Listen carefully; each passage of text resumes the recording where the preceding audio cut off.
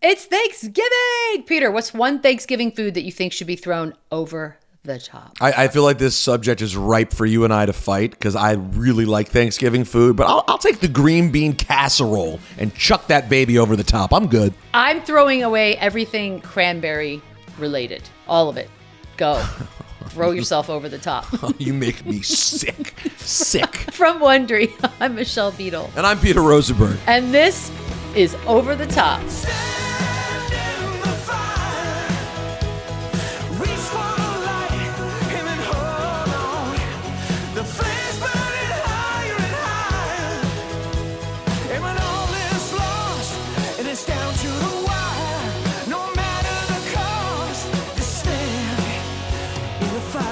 Here's how this show works. The best stories of the week in sports and pop culture face off to crown a champion and answer the simple question. What is the undisputed most important thing on planet Earth this week?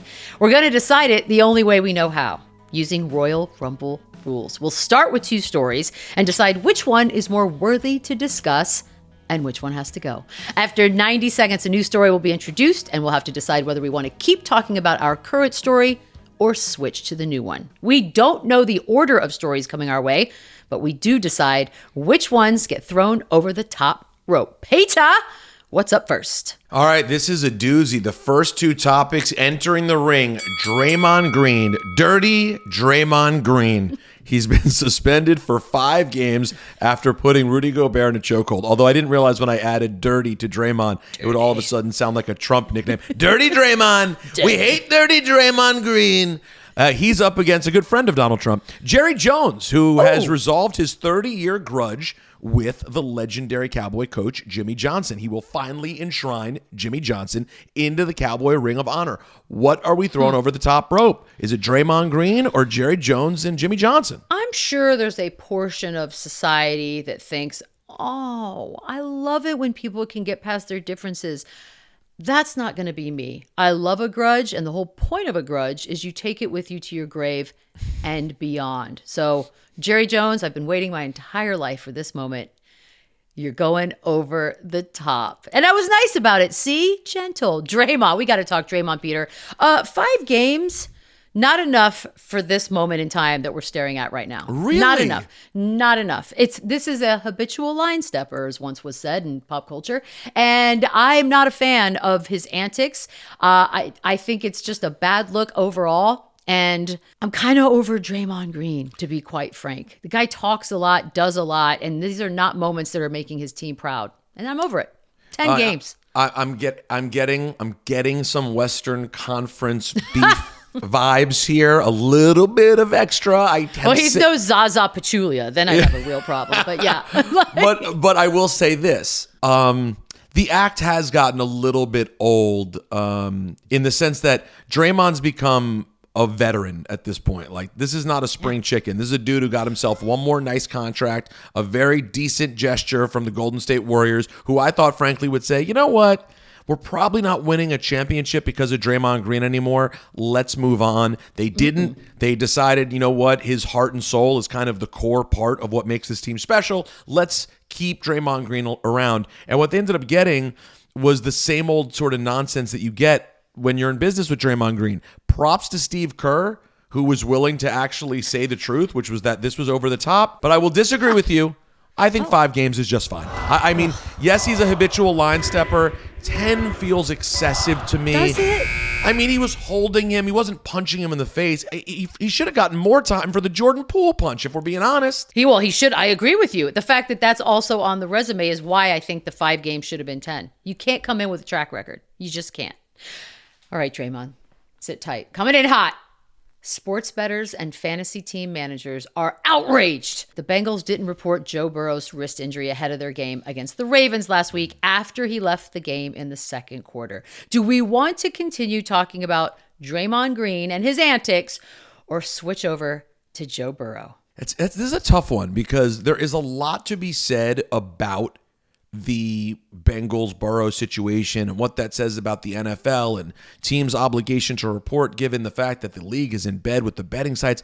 But I don't know. I feel like you and I might have more juice in this Draymond Green squeeze. I agree. It was carpal tunnel. That's what he walked in with. He left with something worse. The Joe Burrow thing I don't think is as big a deal, but I'm also not a gambler. And for that, Joe Burrow, over the top you go. All right, let me hear your more on Draymond. I just don't know that 10 is required because I don't think he was really trying to hurt Gobert. Like, I think he was sunning him, and it did not look great, by the way. Karl Anthony Towns didn't look great. Rudy Gobert didn't look great. Nobody looked great. Draymond certainly didn't look great. I just don't know. I'm trying to decide whether I think there was enough malice in it to warrant losing, an eighth of the season, which is what the 10 game would amount to. I feel like 5 was substantial for someone of his stature, and now it's like the next one you're talking about a really big serious suspension. I know. How many next ones are going to be? Are there going to be? Are we really going to talk about a serious suspension? I don't know. In the course of one calendar year, he's punched a teammate, stepped on a dude's chest in a playoff game, and now we've got a chokehold and a drag for a good 5 seconds with people telling him to stop. I think there's an anger management issue that perhaps maybe needs to be dealt with above and beyond everything else, because I don't know that Draymond knows sometimes. It's almost like if you've ever had that friend who has anger management, they sort of black out for a second. Yeah. And I feel like that's what's happening here. At some point, one of these incidences are going to be awful, and somebody's going to get really, really hurt. It's a, you know what? It's a fair point. When you really think about that, all of that happened in this year, it's a lot. All right. Wait, I'm hearing game show music now. What? Yes. Oh, I'm hearing game show music and WWE music because WWE's Becky Lynch set a Jeopardy record by getting 0 correct answers through 60 clues. How is that possible? Do we want to continue to talk about the chokehold heard around the world, or about how lovely Becky Lynch was absolutely mopped on Jeopardy? Okay, I could probably still talk about Draymond Green, but it's a celebrity version of Jeopardy, and they're easy usually. So I'm sorry, Draymond, or am I? Actually, no, I'm not. Over the top you go. Goodbye. I'm sorry. Becky Lynch didn't get a single question right? I'm pretty sure. How? No, listen, some people may be calling me a kiss up or whatever, a company guy. I got to defend Becky here, okay? Please do. I'm pretty sure what happened here was that she was having problems with the thingamajiggy. Oh, That's what I think it was a thingamajiggy problem where I heard. So when I was a kid, my friend Daniel Pearl, his father, Peter Pearl, was, sure. I don't know if they want me giving out all their business, but I will. Peter was a writer for the Washington Post at the time, and he got on Jeopardy. A really smart guy. I love and Peter real Pearl. Jeopardy, not celebrity. Not Jeopardy. Celebrity, real Jeopardy. Okay. And Peter Pearl, my friend's dad, I think finished with like minus 1,400. It was an abject, just complete disaster. And when he got home, the story he told all of us was he kept getting in early, then you get frozen, then you can't get in, and he was just off from the second it started. He never got the thingamajiggy under control. And I would like to believe that Becky Lynch, the man, she's very smart. She's well-spoken. She's a together person. She's obviously quite confident, multi-time champion, great on a microphone. She knows what she's doing. I have to believe there was some sort of mechanism problem that caused this issue for Becky. I would love to believe that because I am a fan. But the fact that your friend's dad knew what the issue was and never once during the course of the 30-minute program fixed it himself, I'm not buying the thingamajiggy routine.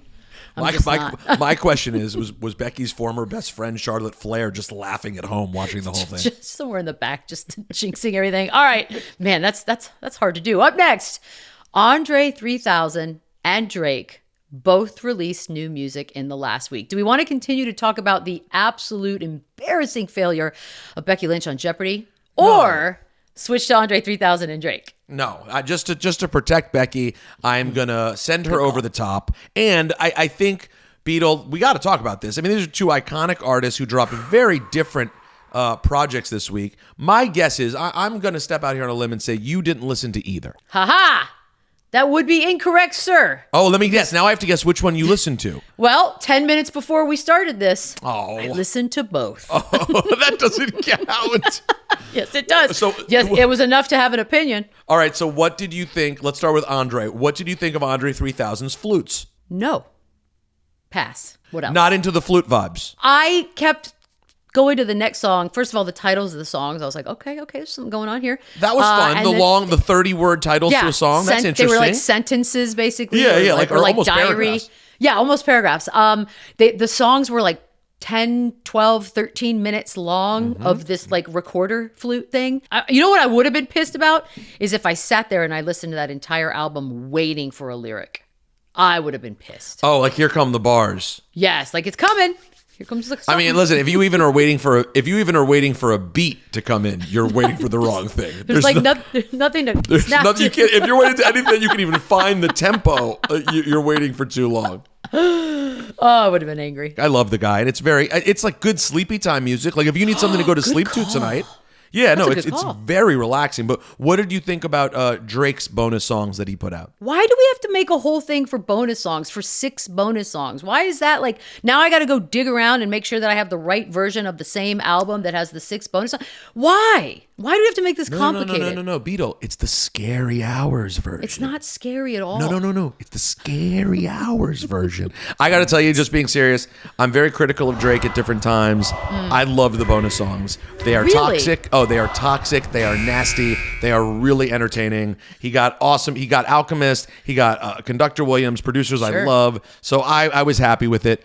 Are we going to continue talking Drake is the question, because our final topic entering the ring before the break is the LA Clippers. Oh, God. Finally getting their first win since the Harden trade, but only after a Harden game-winning shot and Russ volunteering to move to the bench. Do we want to talk about Drake and 3000 or the Clippers winning with Big Jim Harden? As much as I'd love to wow America with my current musical knowledge, I'm going to go ahead and show these two gentlemen over the top, please, sirs, if you don't mind. And we will go ahead and discuss Los Clippers and these two gentlemen here, James Harden and Russ. By the way, I love that their first win together is followed by 2 games against the Spurs. That's, first of all, not right and not fair. But that being said, I do not believe for one second that Russell Westbrook was all in on the going and saying, I want to come off the bench. I believe he's all about coming off the bench because I do believe he is a hell of a competitor and wants to win. But I am bothered already by the notion that this thing is not going to work and we're going to have to break up the team. And where are Kawhi and Paul George and they're not going anywhere. And I don't know why this narrative has begun already. There's one guy who just got there, whose mail hasn't even been forwarded yet. That's the guy that's leaving when this thing fails. I'm so sick and tired of this idea that he gets to come, go wherever he wants and blow up the system behind him. So, yeah, they got to win. I don't care. Is there any world in which everyone's just getting so hyped to see it fail again, but maybe after a little bit of time, they actually settle in and figure this thing out? No, I don't. I just don't think that it's going to work. Like, I have it on good authority that this was just a Steve Ballmer desire and that no one in-house was super thrilled about the idea of doing this deal. And that's a bummer to me because granted, they were only 4 games in, but they were 3-1. And more importantly, it looked like they had figured something out as a squad. And then you just throw this chaos into that's basically just threw, a firecracker into the room and left. Now here we are. So no. Interesting tie-in, by the way. Drake on the most toxic song on the 6 songs. He's telling this story about a guy and the guy loses his girl and the girl needs to go out and find someone better. And guess what? She starts dating a baller and blah, blah, blah, blah, blah. Toxic. At the end, the baller is James Harden. So it all ties in. Wait, that's very specific. Oh, no, he says very specifically in this seemingly made up situation, your girl ended up with the sniper. I don't think that's an upgrade necessarily, but I mean, well, you don't know who the first guy was. I guess it totally depends. It's a great point. You are right, sir. We're halfway through the show right now. This really fits. The most important topic of the day is this Los Angeles Clippers team, and they got their first win. This is not going to last. Plan a parade. We'll be right back.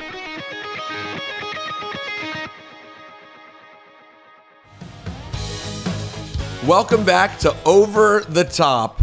Oh, man, Beadle. This has been a crazy first half of the show. Jim Harden is currently in control. I don't like this. What is our next challenger? I'm still stuck on the no lyrics on that album. All right, up next, Snoop Dogg announces he's giving up the smoke. And shockingly, turns out it was all just a marketing ploy. Do we want to continue talking about James Harden or switch it over to the Snoop Dogg? Can I be honest? The whole Clippers early season story, it's one of these things that like NBA obsessed people glom onto in November as if it's like super important. It's a nothing burger. Get out. So long. Just like James, just like you'll be gone from the Clippers, you're gone from this show. Let's move on to Snoop Dogg. Yes. Because this tweet, this marketing brilliance, that should be put in the Hall of Fame. I looked this up earlier. The original tweet from Snoop Dogg that said, "I'm done with smoke," or whatever it was, got 140 million impressions. Holy crap. 140 million impressions for one tweet. Whatever they paid Snoop, whatever that smoker company, which you probably want me to remember seeing as I'm showing off about how great they did, whatever they paid Snoop, he needs more. Because that tweet, Beadle, went insane. Insane. It was pretty genius. Okay, so here's what I'm trying to figure out. And I'm sure the internet's got theories, what have you. But we all know that Snoop Dogg is the spokesperson for a quadrillion different products, right? It's hard to find anything. I don't know that he's ever said no. But the fact that this was a campaign that was well over a week long, and it was thought out and had to be executed, all to just end up this morning in a smokeless fire pit. That's going to cost you extra.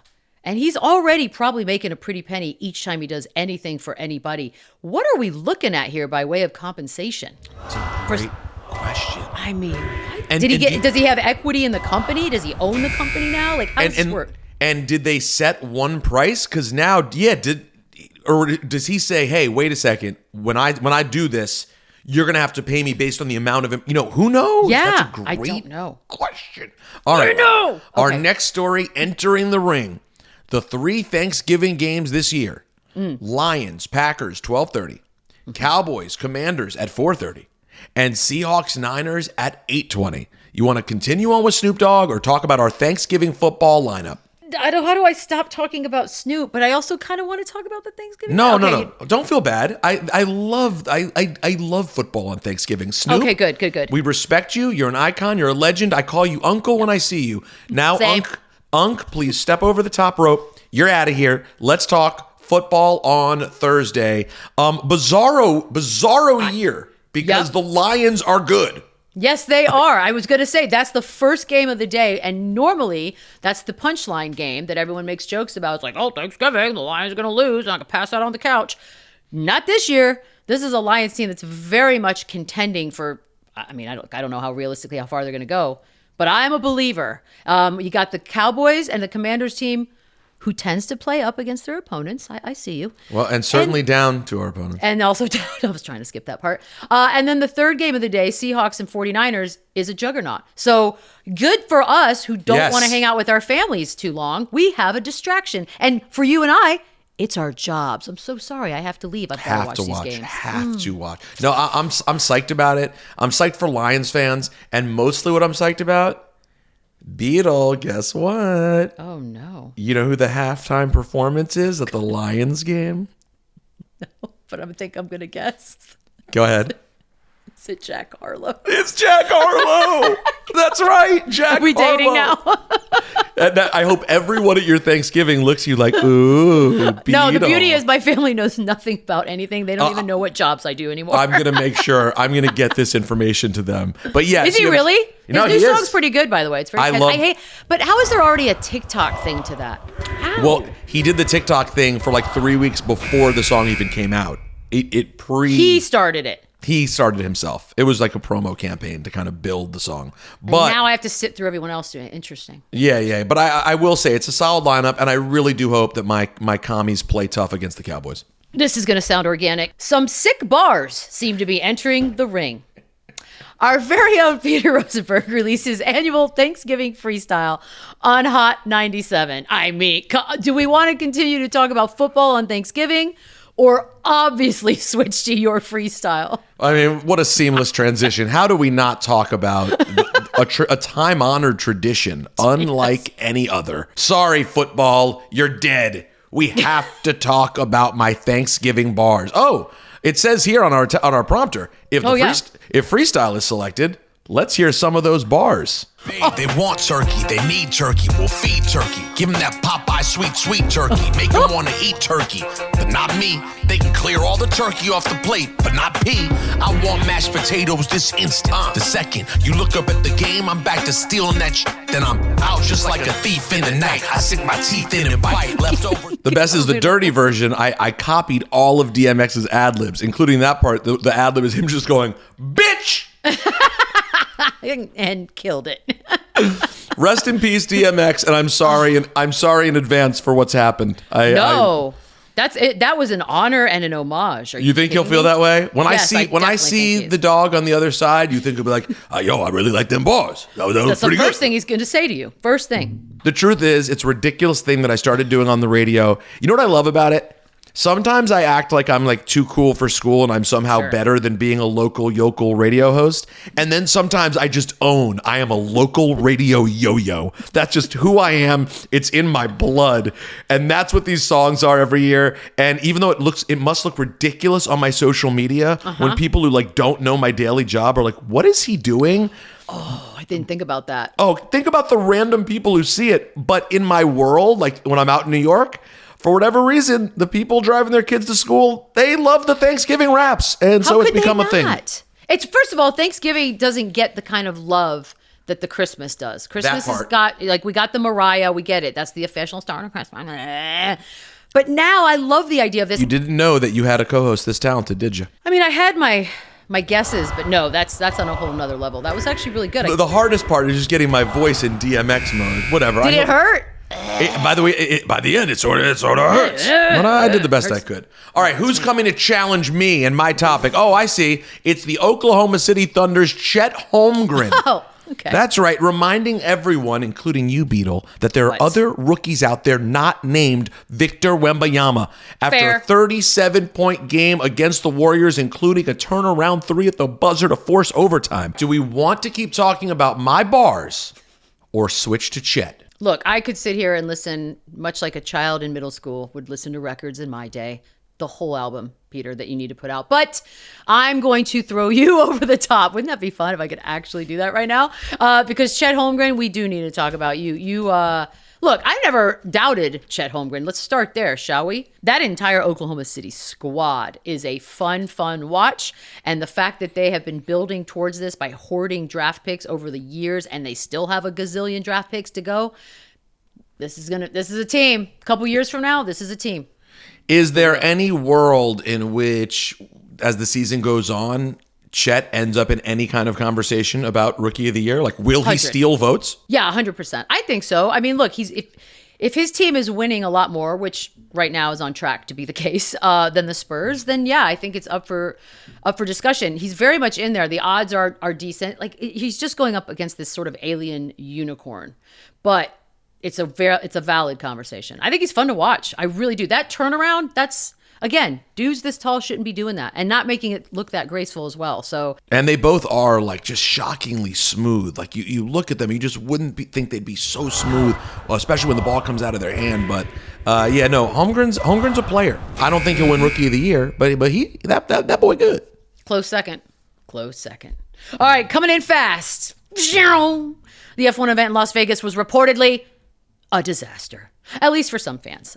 Do we want to continue talking about the emergence of Chet Holmgren or switch to F1 in Vegas? I want to talk trash about the F1. Trash? Yeah, I want to talk trash. I want to talk. Okay. I mean, I'm sorry, Chet. You were great, buddy. Be careful there.